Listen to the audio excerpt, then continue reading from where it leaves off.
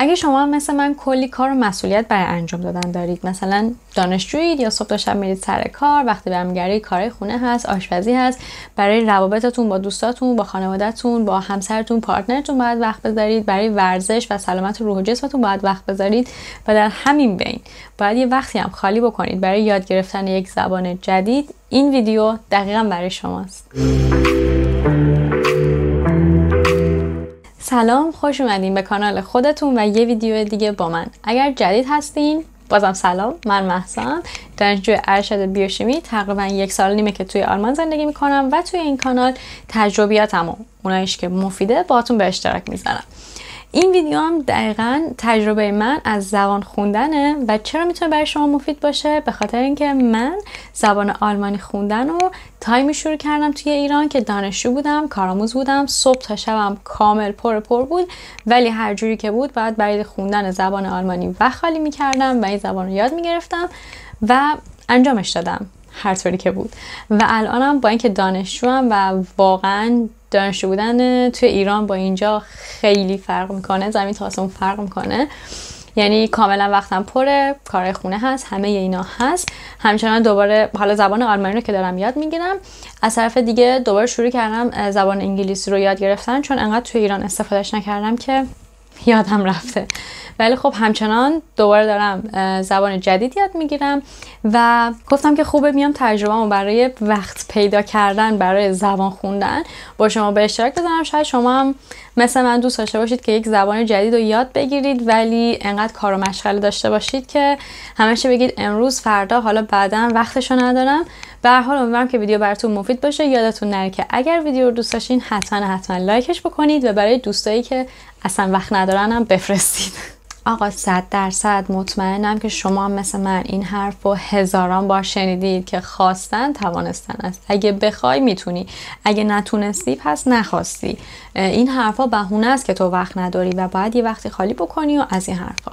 حالا شاید شما این حرفا رو قبول داشته باشید که هیچ اشکالی هم نداره، ولی مشکل خواستن توانستن است اینه که اون قسمت خواستنه، اون قسمت انگیزه‌ای که من میخوام مثلا تا 6 ماه دیگه آیلتس 9 بگیرم، من میخوام تا 6 ماه دیگه زبان آلمانی نمیدونم سطح B2 بگیرم، میخوام اسپانیاییم فول بشه تا 6 ماه دیگه مثلا.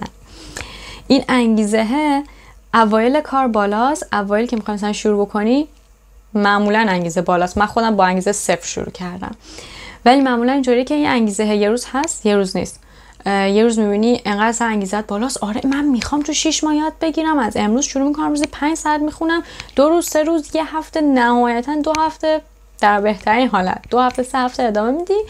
ولی واقعا این خواستنه، این انگیزه قابل اعتماد نیست. یه روز هست یه روز نیست. مثلا خود من صبح که از خواب بیدار میشم، مثلا با این انگیزه و این خواستنه بیدار نمیشم که برم 4 تا کلمه جدید آلمانی یاد بگیرم، 4 تا اصطلاح جدید یاد بگیرم، یا برم بشینم بکوب 2 ساعت انگلیسی بخونم، یا 4 تا کلمه جدید ترکی یاد بگیرم.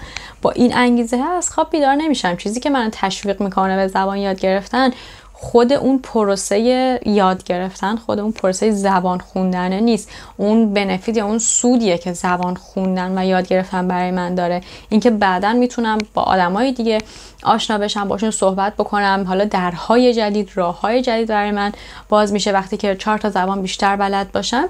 اون سودی که برای من داره اون برای من جذابه، نه خود این که بشینم درس بخونم، زبان بخونم.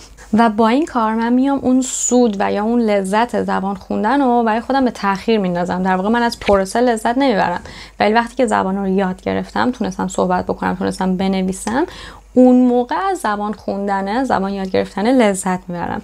و در واقع نکته مهم، نکته طلایی یا حالا خیلی چیزی که نه فقط تو زبان خوندن، همه جا توی زندگی به درد شما خواهد خورد، به تأخیر انداختن لذت هاست برای به دست آوردن سودی که توی بلند مدت به درد شما میخوره. ولی دونستن این نکته به تنهایی کافی نیستش، یعنی باعث نمیشه که ما موفق بشیم و زبان خوب یاد بگیریم.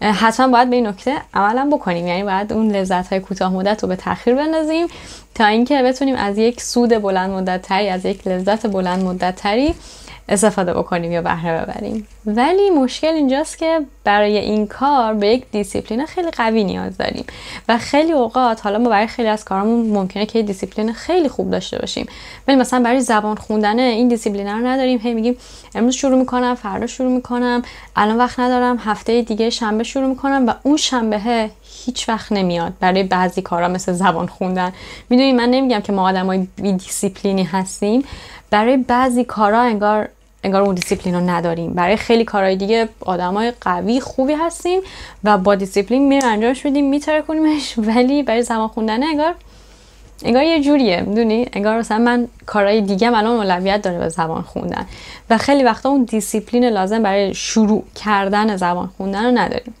حالا پس اگر که آقا انگیزه قابل اعتماد نیست، یه روز هست یه روز نیست، پس به انگیزه نمیشه اعتماد کرد برای هر روز مداوم زبان خوندن.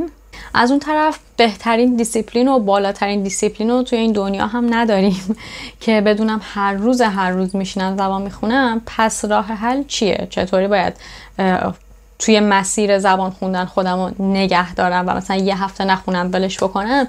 جواب اینه که باید یه سیستمی پیدا بکنیم برای خودمون، یه سیستمی بسازیم که نه به انگیزه ربطی داشته باشه، نه به دیسیپلین شخصی ما ربطی داشته باشه. حالا یعنی چی؟ یعنی که این سیستم باید زبان خوندن رو به قدری برای ما یا جذابش بکنه یا راحتش بکنه که ما برای زبان خوندن نیازی به انگیزه نداشته باشیم و انقدر منظم و دقیق و با استراکچر باشه که برای زبان خوندن نیازی به دیسیپلین شخصیمون نداشته باشیم. حالا اگر دیسیپلین دارید که چه بهتر، ولی باید انقدر با نظم و دقیق و استراکچر باشه که نیازی به دیسیپلین نداشته باشه، کلا از انگیزه و دیسیپلین فارغ باشه. حالا سوالی که پیش میاد اینه که چطوری این سیستم رو بسازیم. سیستمی که من الان توی این ویدیو توضیح میدم یه سیستم یک هفته‌ایه، یه چرخه یک هفته‌ایه که شما باید تکرارش بکنید و به تعداد زیاد هم باید تکرارش بکنید. برای من جواب داده، اگر که درست انجامش بدیم مطمئنم که برای شما هم جواب میده. روز اول روز برنامه‌ریزی و فیدبکه. حالا اگر که صبح تا شب سر کارید و خیلی وقتتون محدوده که قطعا همینطوره که دارید این ویدیو رو میبینید، کاری که به نظر من خوبه بکنید اینه که حالا یه روز تعطیلتون، مثلا حالا فکر می‌کنم پنجشنبه ها احتمالاً ادارجات و اینا زودتر تعطیل میشه، پنجشنبه رو بذارید برای روز فیدبک و برنامه ریزی که حداقل نیم ساعت تا یک ساعت وقت داشته باشید برای برنامه ریزی. 3 سوال مهم هست که برنامه‌ریزی ما رو تشکیل میده. اولین سوال اینه که الان کجا هستین؟ الان تو چه سطحی هستید برای زبان خوندن؟ باید دقیقاً بدونید که تا الان چه چیزایی یاد گرفتین، تو چه سطحی هستین و بعد از اون دومین سوال اینه که خب من فهمیدم کجام، الان باید ببینم چی میخوام یاد بگیرم. و سومین سوالی که مهمه اینه که چرا میخوام یاد بگیرم؟ برای علاقه شخصی یا فانه، مثلا دوست دارم حالا یه زبان جدید یاد بگیرم، و یا اینکه برای مدرسه و دانشگاه یا برای کارمه. چرا این مهمه؟ به خاطر اینکه بسته به هدف شما از یاد گرفتن اون زبان، منابعی که باید استفاده بکنید فرق میکنه، دایره لغتی که باید یاد بگیرید فرق میکنه، گرامری که باید روش تمرکز بکنید همش با هم متفاوت میشه. پس این 3 سوال رو اول جواب بدین، ببینید که در چه سطحی هستین، چی میخواین یاد بگیرین و چرا میخواین یاد بگیرید. اینجوری میتونین یه برنامه شخصی سازی شده که مناسب شما و شرایط زندگی شماست برای خودتون بریزید. بعد که این 3 سوال رو جواب دادیم، فهمیدیم که کجاییم، چی میخوایم یاد بگیریم و چرا میخوایم یاد بگیریم، مهم اینه که بیایم حالا برنامه‌ریزی بکنیم که در طول روز چقدر میتونیم برای زبان خوندن وقت بذاریم. باید تقسیم بندی بکنیم بین روزهای هفته. نکته خیلی خیلی مهم اینه که هدف بزرگ نذارید که نتونید بهش برسید و تازه ناامید و سرفکنده و اینا هم بشید که وای مثلا من برنامه‌ام ریختم بازم نتونستم بهش برسم. این تایمی که برای زبان خوندن در طول روزتون انتخاب میکنید باید انقدر کوتاه باشه که شما نه نیازی به انگیزه داشته باشید نه نیازی به دیسیپلین داشته باشید. مثلا خود من تصمیم گرفتم که روزی 1 ساعت زبان انگلیسی بخونم، ولی وقتی دیدم نمیتونم، واقعا انقدر کار دارم، انقدر درس دارم که نمیتونم روزی 1 ساعت وقت بذارم، گذاشتمش روزی نیم ساعت. شما با شرایط خودتون ببینید که در طول روز چقدر میتونید برای زبان خوندن وقت بذارید. اگه 5 دقیقه است همون 5 دقیقه کافیه، اگه 10 دقیقه است همون 10 دقیقه کافیه. باید انقدر کوچیک باشه که انگیزه و دیسیپلین نیاز نداشته باشه. و مطمئنم باشید که جواب میده. من خودم با همین روش تایم درس خوندنم و زبان نه، درس خوندنمو از 3-4 ساعت در روز رسوندم به 10-12 ساعت در روز و اگه برای من جواب داده، شما هم اگه درست انجامش بدید حتما براتون جواب میده. و یه خوبی که داره این هدفهای کوچیک اینه که وقتی ما به این هدفهای کوچیک میرسیم، اون هدف تیک میخوره، تازه اون موقع است که ما انگیزه میگیریم. ما خیلی وقتا فکر میکنیم که مثلا برای زبان خوندن یا برای انجام یک کاری باید انگیزه داشته باشیم، پس بریم اون کار رو انجام بدیم، در صورتی که دقیقاً برعکسه. وقتی ما شروع میکنیم یک کار رو انجام میدیم، وقتی به یه هدفی میرسیم، یه پاداشی میرسیم که آقا مثلا من 10 روز مداوم دارم زبان میخونم، هر چقدر که حالا تایمش کوتاه بوده، 10 دقیقه بوده، ولی 10 روز مداومه که دارم میخونم، مثلا 1 ماه 2 ماه.